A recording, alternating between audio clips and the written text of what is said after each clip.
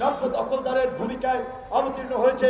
মানুষের গরু নিয়ে যাচ্ছে, মানুষের পুকুর ঘের থেকে মাছ নিয়ে যাচ্ছে, মানুষের ঘরবাড়ি দখল করছে, জমি দখল করছে, এক সাইনবোর্ড পাল্টাইয়া আর এক সাইনবোর্ড দিচ্ছে।